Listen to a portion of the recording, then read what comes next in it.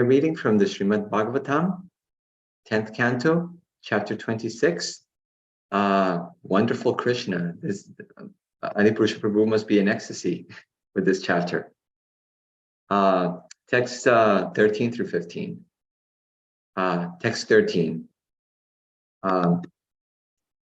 Dustyajascha nuragosmin sarvesham no vrajaukasam nandate tanayes masu tasyapi outpatikakatam. Translation. Dear Nanda, how is it that we and all the other residents of Braja cannot give up our constant affection for your son? And how is it that he is so spontaneously attracted to us? Purport. The very word Krishna means the all-attractive one. The residents of Vrindavan could not give up their constant love, anuraga, for Lord Krishna. Their attitude toward him was not particularly theistic because they were unsure whether he was God or not. But he attracted all their love precisely because, as God, he is the all-attractive person, the supreme object of our love. The cowherd man also asked, how is it that your son Krishna feels such constant love for us? In fact, the Supreme Lord loves all living beings who are eternally his children. At the end of the Bhagavad Gita, Lord Krishna dramatically declares his affection for Arjuna and urges Arjuna to reciprocate that love by surrendering to him. Sri Chaitanya Mahaprabhu, in his prayers to Lord Krishna, states, Etadrishi tava kripa bhagavan mamapi durdaivam idisham hajanin anuragaha. The Lord, my Lord, you're so merciful toward me, but I am so unfortunate that love for you has not awakened within me. Shikshastakam 2. In this statement, Sri Chaitanya Mahaprabhu also uses the word anuraga. Our misfortune is that we cannot reciprocate the anuraga or loving affection that the Lord feels for us. Although we are infinitesimal and insignificant, and the Lord is infinitely attractive, somehow we do not give him our love. We must accept responsibility for this foolish decision, since to surrender to God or not is the essential expression of our free will. The Krishna consciousness movement provides an efficient, systematic program to help conditioned souls revive their original blissful consciousness, which is love of God, Krishna consciousness. The intricacies of Krishna consciousness are so wonderful that even Krishna's eternal associates, the residents of Vrindavan, are astonished by them, as shown by these verses. Text 14. On the one hand, this boy is only 7 years old, and on the other, we see that he has lifted the great hill Govardhan. Therefore, O King of Raj, a doubt about your son arises within us. Text 15. Translation. Nanda Maharaj replied, O cowherd man, just hear my words and let all your doubts concerning my son be gone. Some time ago, Garga Muni spoke to me as follows about this boy. Purport.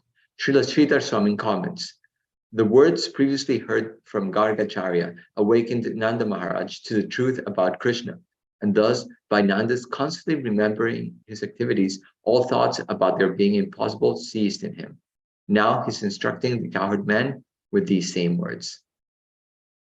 Om Madhyanathmirandasya Gyananjana Shalakaya Chakshurun Militamira Tasmai Shri Gurave Namaha.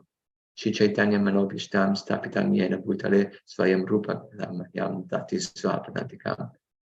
Jai Shri Krishna Chaitanya Prabhu Nityananda Shri Advaita Gadadhara Shivasadi Gaura Bhaktivinoda.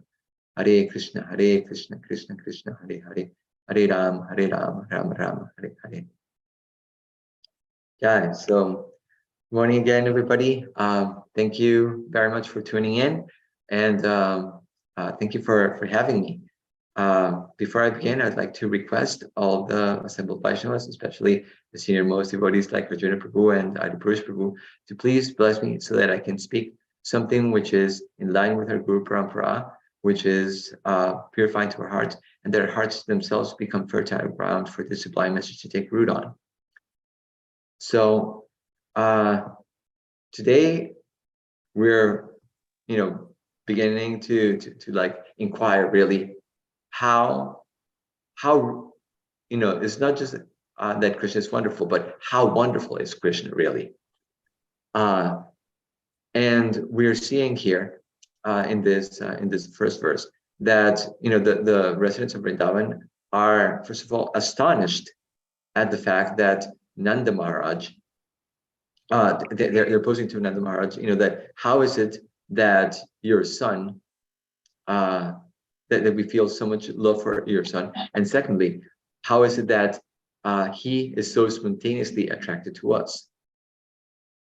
So we want to we want to love. That's the nature of the soul, to love and to be loved. We need to hear that the kind, affectionate words towards us, and we want to give kind, affectionate words towards others. Now, in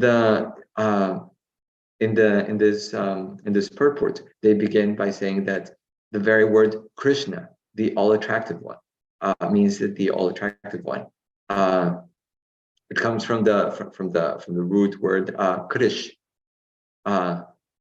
and it's and from this, that Krishna, it becomes to attract.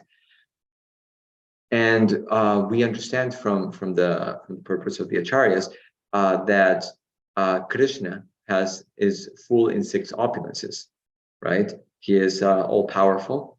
He has all wealth.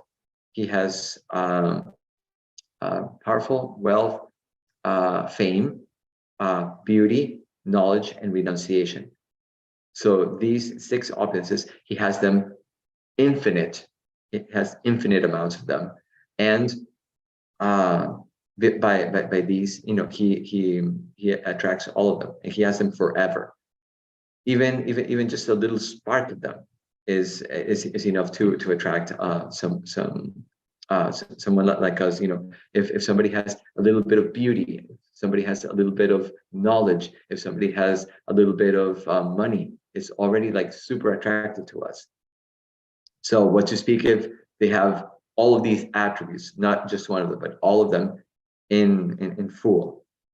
One question that always arose in me is like, how is it that renunciation, it can be attractive? It's like generally you don't think of renunciation as attractive, but Kalakanta Prabhu, he once translated this in a way that made sense to me. He said it's cool. Krishna is cool, because generally when we think about somebody who is cool, is somebody who is like, okay, renounce. It's like, okay, whatever, what happens? Is the guy behind looking at everything happening. It's like, and he remains cool in all the situation. So that is attractive. Like, oh, that's such a cool guy. Like, he looks at that. So yeah, exactly. James Dean. So James Dean has a little bit of that renunciation, but Krishna is the is the supreme cool. So we can understand that that renunciation part, and what how is it that he has such that we can be attracted like that?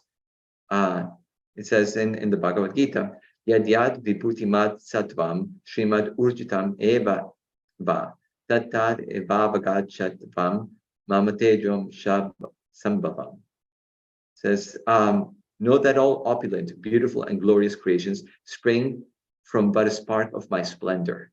So there's this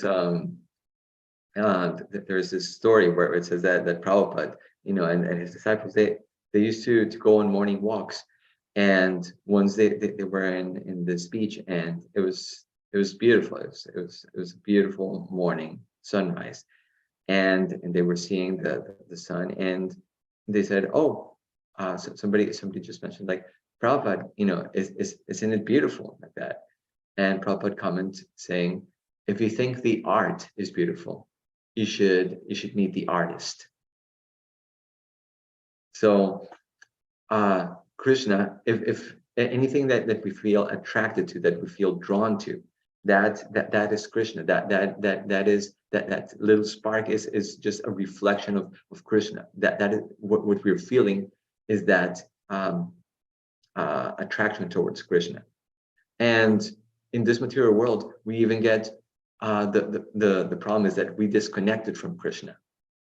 That's a problem there, and is that we are disconnecting everything from Krishna. So that original love becomes twisted. It becomes perverted. It becomes difficult to manage. It's not natural, and it can go in horrible ways, even to the point of addiction. And I was looking yesterday. Okay, so what are the different types of addiction, in modern society? So there is something that I found, that it was the top 10 addictions of modern society. So can anyone guess what are the top 10 addictions of modern society? Alcohol. Yes, alcohol is within them. Yeah.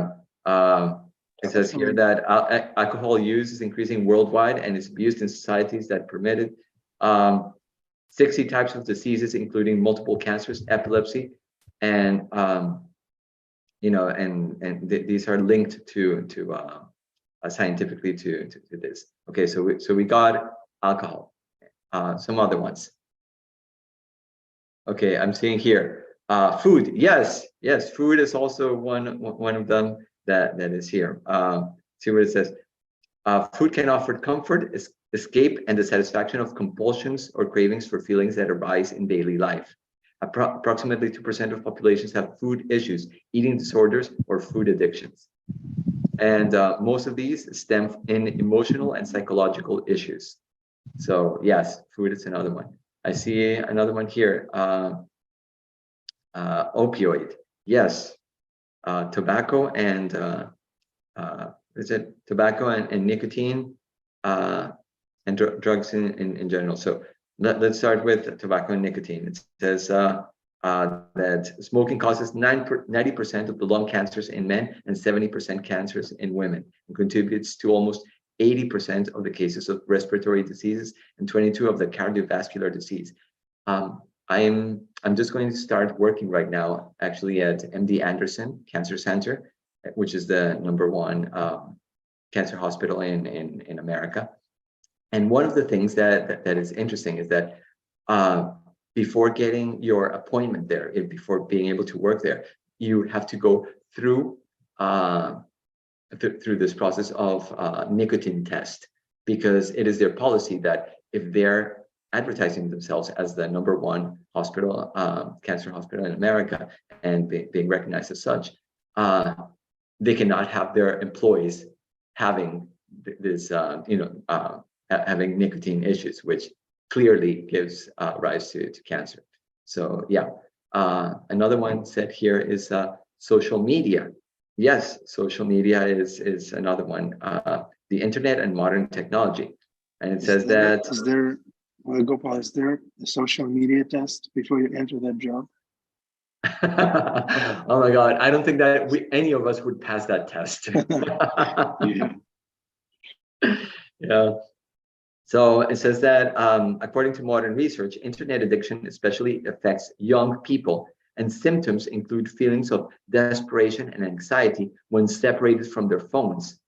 It has also been shown that there is a dopamine boost from overusing certain social medias, which contributes to the addiction explanation. So yeah, social media, it can be very, very hard. Let me see, keep going here. So sex, yes, sex is another one, sex addiction. So just like the abuse of other substances or practices, sex addicts use it to escape from reality, relieve anxiety, or to fulfill compulsions.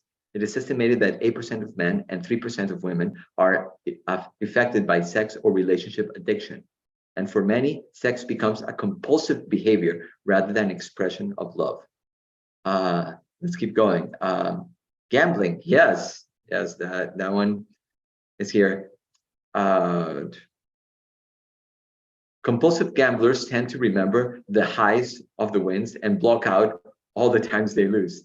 And it says that 80% of adults have gambled at least once in the past year, and And although most people have fun and healthy relationship with it, the safe zone of gambling, they say, is betting. Losses results in an ability to meet regular financial obligations or provoke illegal activity. So, yeah, definitely, we have gambling. Let's see what else do we have? Sex addiction. Yeah, definitely all the regulative principles. Tobacco, nicotine, alcohol. Let me see if we have gone through all of them. I think we have. Oh, here's another one. Although it's related to the social media, but it's video games. So it says here, gaming is similar to gambling in that it elevates dopamine and creates strong psychological component to the addiction. Just like alcohol addiction is not just physical, the psychological part of the addiction creates the idea that I can escape and feel good about my life. And the last one for here is, yes, Kartik, is work addiction. So it says that overworking can often have serious consequences on personal relationships and health, yet addicts are unable to stop working, quite easily justifying it as the necessary and the responsible thing to do. So you can also be a work addict. So these are some of the different things that where love becomes twisted, where an attraction for something just becomes out of control, and it leads to this. It's interesting though that there is something that we can be absolutely addicted to, and it's good to be addicted to it, and that is Krishna. Prabhupada says that when we're chanting, we should be addicted to chanting, like a drunkard is addicted to drinking, and that we should be counting our mahamantras, like a greedy man is counting his coins and bills. So we want to be able to get this type of addiction. We see like there's these 10 addictions, and it's funny because for people who are just coming into Krishna consciousness, or who are related to somebody who's coming to Krishna consciousness, the usual thing to say is like, oh, but don't be careful, don't become too addicted to this thing. And Prabhupada is actually saying like, no, yes, you should become addicted to this. This is the one thing that is good to become addicted to. Chanting of the holy names, loving God, service to the Vaishnavas, compassion to the living entities. This is something that you do want to do it. Like more and more and more. And it's actually good for you, because it's opening up our hearts. It's opening up ourselves to receive the mercy of the Lord. Why does it become addictive? It becomes addictive not because out of some psychological disorder in a person, but it becomes addictive is because we're feeling that love, that reciprocation of love. And for love, we do anything, right? It is said that the worst crimes, the worst murders and like that, are those that are linked to love, so-called love, right? So what generally, this idea of becoming attracted, like especially like in this pastime that we're hearing here, the residents are saying like, oh, like we cannot give up our constant affection for your son.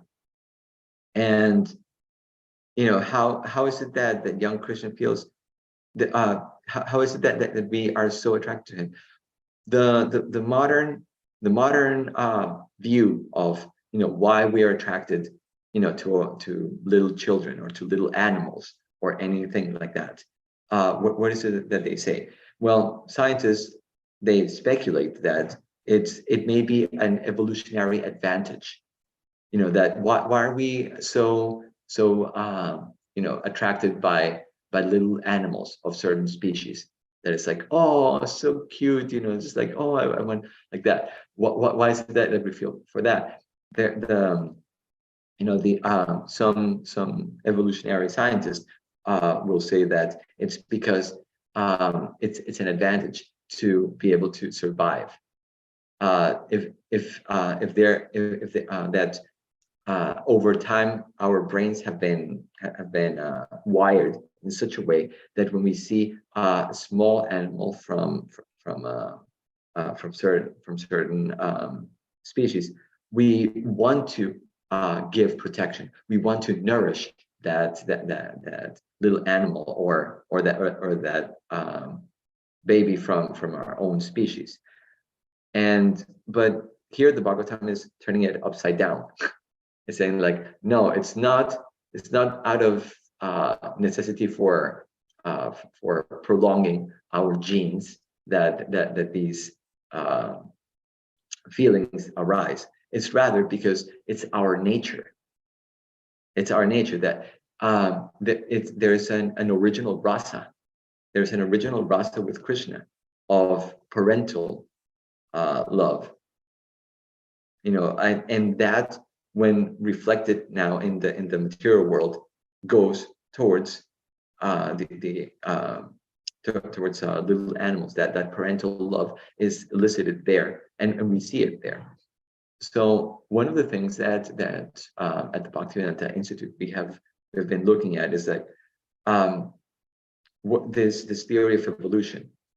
Now, some devotees become very, very harsh at it, and it's understandable, because a lot of it has come into just the conclusion of the evolution, which is it was simply by chance, or it was simply done. Some chemicals come together.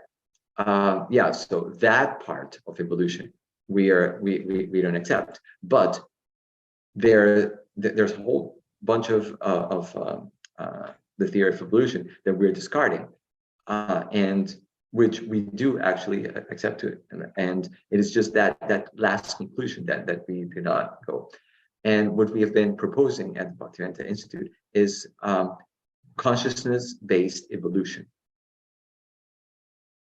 It's the idea that, hey, you have forgotten something in your theory of evolution, and is to include consciousness not as something that happens afterwards, something that comes up towards the very end of the evolutionary process, but rather it's something that is primeval.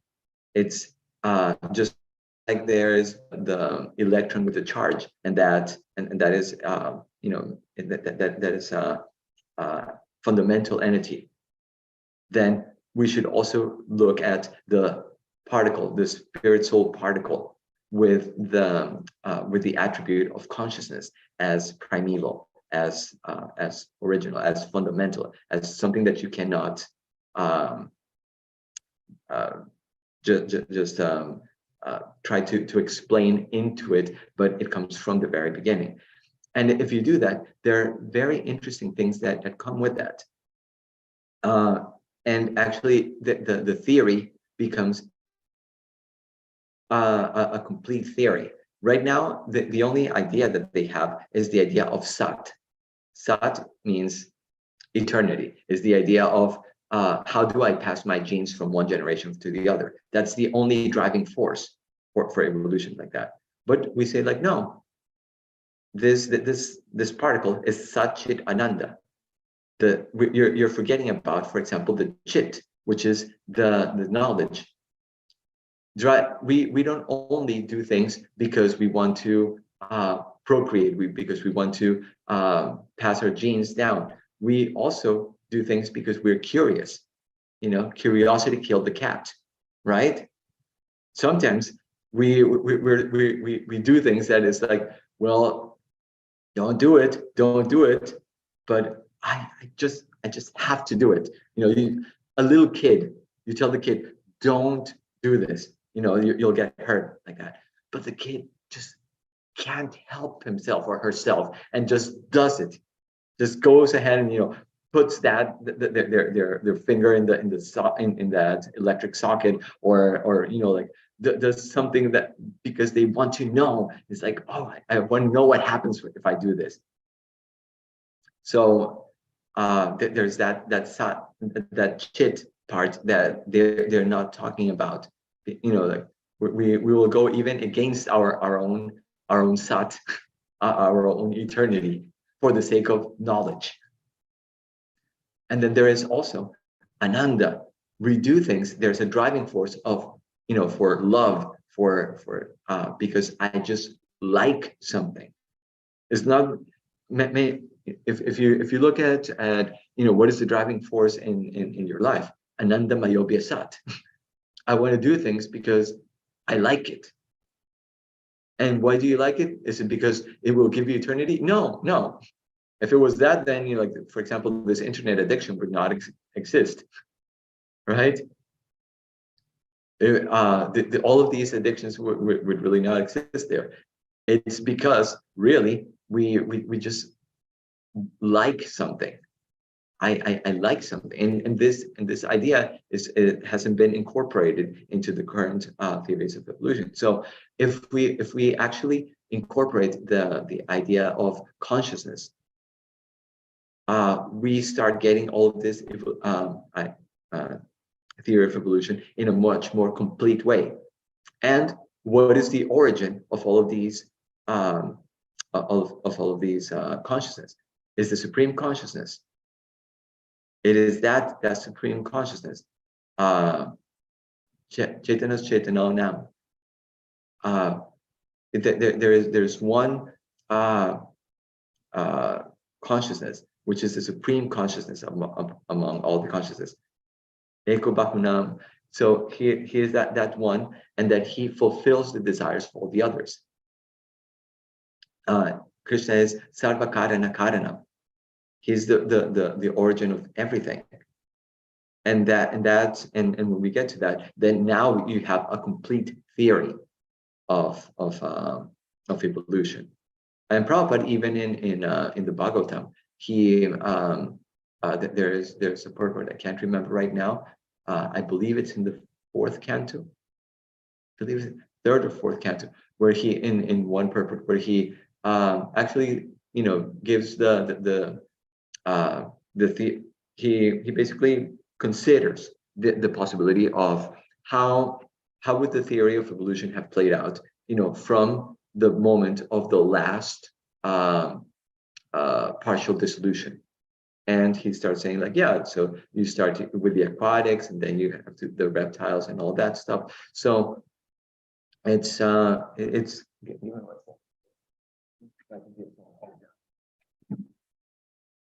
okay. Sorry about that. So if we consider the theory of evolution, we don't have to throw it all. Don't throw the baby with bathtub water. There's a lot that we can say about it, and be smart about it, and we can even give more to it by considering Krishna consciousness. So that is one proposition that at the Bhakti Institute we're doing. Okay, and then so the other part here is that how is it that young Krishna feels such constant love for us? It is saying here.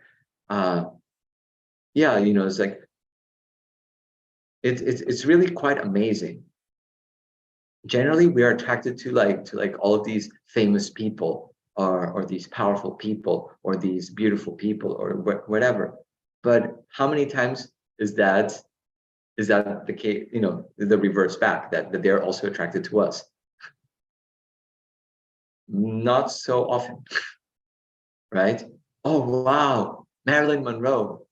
Yeah, does she care about you? Oh, wow. Elon Musk.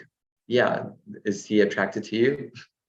Like very few people can say that you know that they are reciprocated like that. So it is amazing that someone who has all this opulence, all of this attractiveness, could be attracted to little us who have such little amounts of any of these things. How is it that is what is like amazing to think about, that somebody that is so powerful, so rich, so influential, so like that, could be attracted to somebody like us who barely has any of that. Uh, but the fact is that we're parts and parcels of Krishna. Mamaivam so jiva loke jiva bhuta sanatana. We're parts and parcels of the Lord.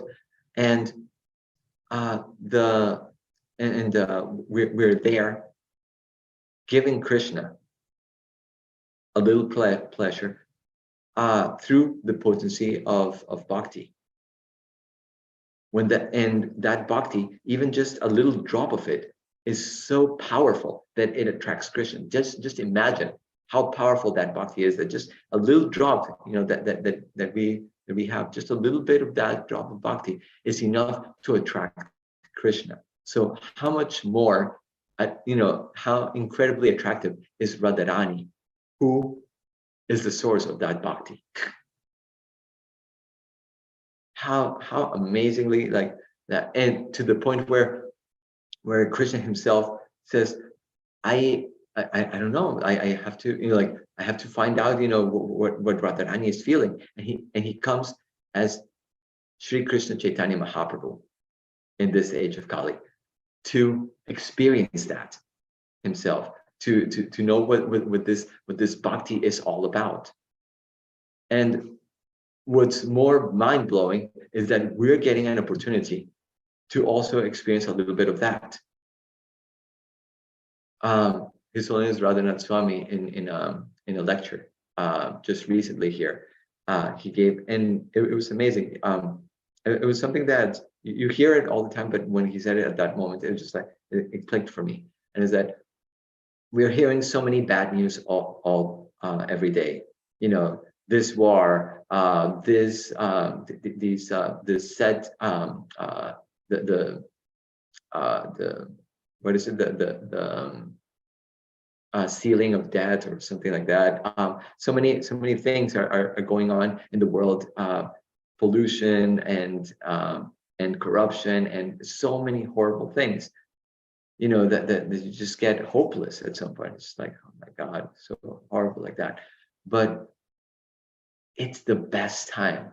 You know, like Charles Dickens, it was the worst of times, it was the best of times. Why is it the best of times? Because we have the movement of Chaitanya Mahaprabhu, which Srila Prabhupada gave us. That is such hope giving. That is like, wow, I'm so happy to be, you know, like in this time, living in this time. I'm so happy to be part of this movement.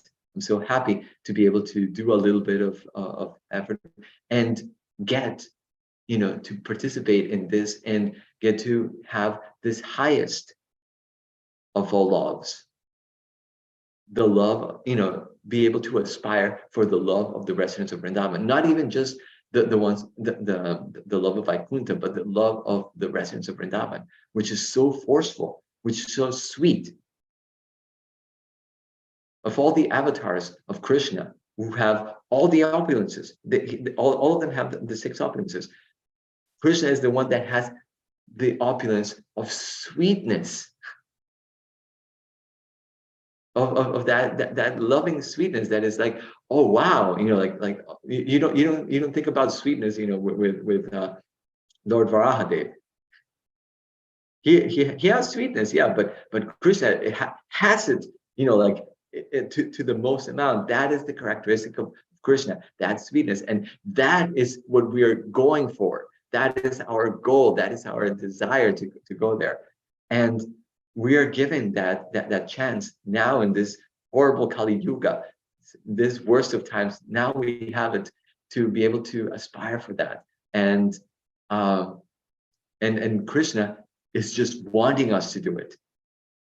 Krishna is just attracting us. He's doing everything, saying like, come, experience this, be with me, play with me, So I'll stop here since we have 7 minutes in case there are some nice reflections, questions, or awesome jokes. Murli Gopal, awesome class. Dear Vaishnavis who are watching this class, Murli Gopal Prabhu just got a good job. And pay attention to this young man. And Murli Gopal Prabhu, I have a question. How do we become healthy addicted to devotional service? Meaning, how do I not drive my family crazy? How do I not kind of abandon my financial obligations and things of that nature? How to be a healthy addict? Well, Prabhupada tells us that, we, to be able to develop Krishna consciousness, we have to first come to the platform of Sattva Guna, right? And from there, that's the launching pad to transcendence. So Sattva Guna means you have to be measured in what you do, right? You have to somebody who is in Sattva Guna, for example, yes, they will work hard, but they will also understand that, my body also needs certain things, certain limitations, to be able to run in the long run. Later on, as the love continues like that, it will turn more and more into like, okay, like I don't even need this. But first of all, don't try to imitate. Like, don't try to imitate somebody like Adipurush Prabhu, or you will die. Come first to the point of, okay, let me do like something that is sustainable. Sattva Guna means sustainability. Let me have sustainable habits. So don't, if you can't go directly to 16 rounds, start with 1 and be consistent in that 1, and then go to 2, and then go to 3. You heard it, Jeffrey Eckler. Start with 1. And then as you're able to manage it, in your life without straining like that, when it just becomes like natural, easy like that, then you go to 2, to 3, to like 16, and don't just stop at 16. If you're able to like go further, Prabhupada says minimum 16, but keep going. So the idea is you have to have a sustainable lifestyle, and from there on you can go on to and also this is also good when you see devotees that are advanced, you see devotees that are measured. You see that they're in Sattva Guna, they have gone from just Sattva Guna to the purified Sattva Guna. The advanced devotees are always clean, are always calm, even within the storm. Mm-hmm. Yeah, that's right. That's right. Thank you. Exactly. Adipurusha Prabhu. So please don't forget, we can't imitate you, okay? So don't go too far. Unmute yourself. I have a question I've been grappling with lately. We're hearing that the residents of Vrindavan in these verses, they're amazed at the extraordinary activities of Krishna, and then they flip back and forth, just like Mother Jasoda seeing the entire universe in Krishna's mouth, and then, oh, this is my child. Then all of a sudden, is this God? No, wait a minute, he just might just a little child. So we hear about that, and Yoga Maya covers them over. And I'm starting to wonder if Krishna does something similar with us, because sometimes he just makes an arrangement where things are so provocative that we actually say, all right, Krishna, I know this is you. What are you doing? Where we actually slip into, treating Krishna like he's our equal or our child or something, you know what I mean? Do you find that also that Krishna does Yogamaya things even with us on our very neophyte platform? I was listening to, I went in the temple room one day and Evangel was behind the curtain and on the altar. I didn't know who was there with her. And I heard her chastising Lord Jagannath. Now, you guys better not give me a hard time today. I don't have much time to dressing the deities in the evening. I looked in the curtain and there was nobody in there but Evangel and Lord Jagannath. I was like, wait a minute. Is that some kind of like, Sahaja thing? Or does Krishna actually, in the process of engaging in devotional service, does he draw us across the line from awe and reverence into something? Have you noticed that, or have you ever grappled with that consideration? We do. We're under the Yogamaya potency. Prabhupada says, we're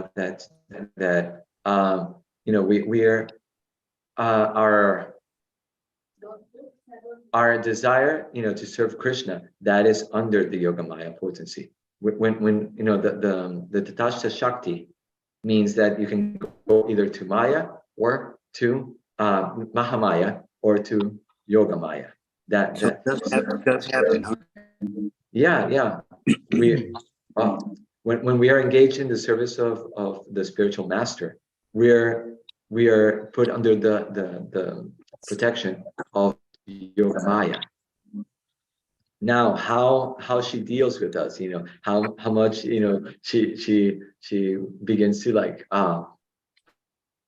play with us, to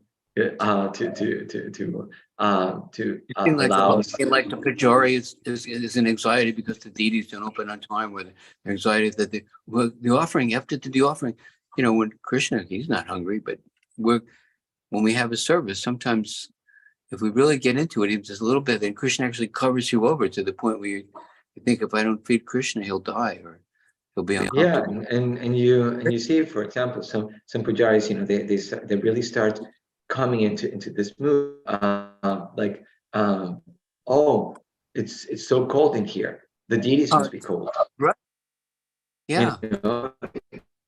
Let's put on the heater, because the deities are cold. Like, so they're thinking about, the deities not just as, oh, okay, it's something that they do, but it's like caring about. And there was this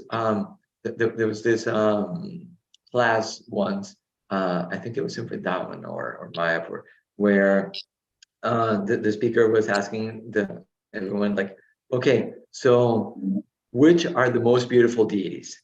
And so, you have people from all over the world. So somebody would say like, oh, it's Radha Shyamasundar. And others like, no, it's Radha Londonishvara. And others ones, no, it's Radha Vrindavan Chandra. And everybody was saying, like the deities from where they were from, right? If we were there, we would say like, oh, it's Radha Murli and Gauranga, right? And then after everybody was like having fun, just wait a minute, it is Radha Murli. Yeah, objectively. Yeah. Objectively. So the speaker said, well, yes, all of you are correct, because the most beautiful deities are the deities you're serving, because these deities are revealing to you their beauty. Because of your service to these deities, they're revealing their beauty to you. Nice, Murli Gopal, beautiful. Let's serve the deities by taking darshan. Jai.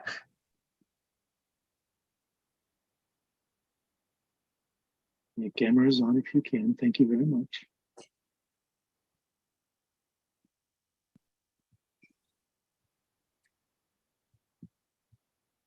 Make sure it's sustainable. Don't keep it on all the time.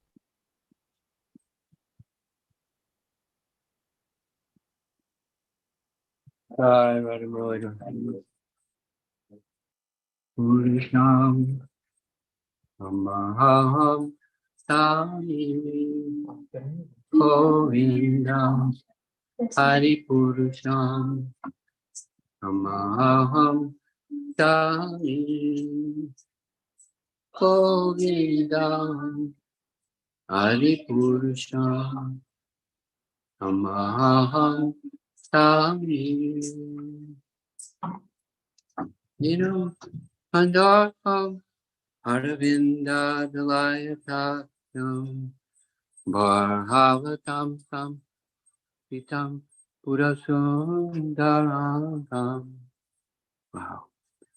Kandar Bako Kamaniya Vishesha Shobham Govindam Adipurusham Tamaham Tami Govindam Adipurusham Tamaham Tami Govindam Adipurusham Tamaham Tami Yasya Sakalan Viyave Imampi Pasyan Pipan Kayanti Hiram Ganti Dam Himaya Sadhu Kala Vigrahasya Govindam Haripurusham Tamaham Tami Govindam Tamaham. Adipusha Prabhu is fainting. Every time the darshan is over, he just faints. Okay. It's Saturday, everybody. We can take one more reflection. One more reflection. Andrea, we know you don't have to go to work today. I hope you don't. Anybody else would like to say anything? Andrea? I'm sorry for calling you out. I know you're a surrendered soul. Okay. All right. Beautiful class, Murli Gopal Prabhu, and you are an amazing devotee. And I'm really happy for your next chapter. And hearing Srimad Bhagavatam from you was a joy this morning. Thank you, Prabhu. Thank you. Hare Krishna. It was good seeing everybody. Scarlet, Poppy C, Amrita Kishori, Didi. Make sure your cats don't get killed by curiosity. I don't know, what is that? What is the cat that was killed by curiosity? What was that about? The chit. Shit. But how did the cat get killed? Schrodinger's cat? Is that the cat you're talking about? Schrodinger's cat is both killed and not killed. I wasn't sure if that was Amrita Kishori's cat or Schrodinger's cat or some other cat. Anyways, Stephanie, Hare Krishna, Ganesha, and Whiskey Das, and Mangi, Dana Marie, Hare Krishna, Suzanne, Andrea, Angel, Arjuna Prabhu, Domi, Yogeshwari, Dana Krishna's Vadavani, Namesh Prabhu, Pink Yogi of Harlem, and Rupesh Kumar V. And everybody watching on YouTube, thank you very much for being part of this Sunday. Hare Krishna.